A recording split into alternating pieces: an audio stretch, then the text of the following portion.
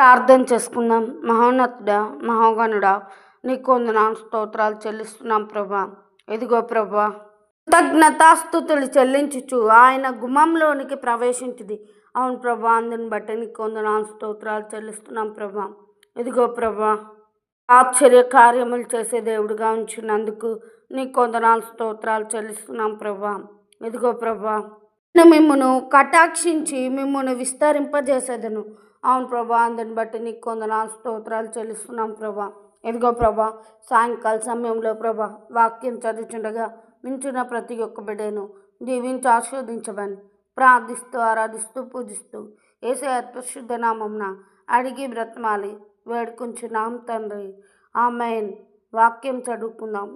అయితే నా నామమున భయభక్తులు గలవారగు మీకు నీతి సూర్యుడు ఉదయించును, అతను రెక్కల కింద ఆరోగ్యము కలుగజేయును గనుక మీరు బయలుదేరి క్రొవ్విన దూడలు గంతులు వేయునట్టు గంతులు వేయుదురు.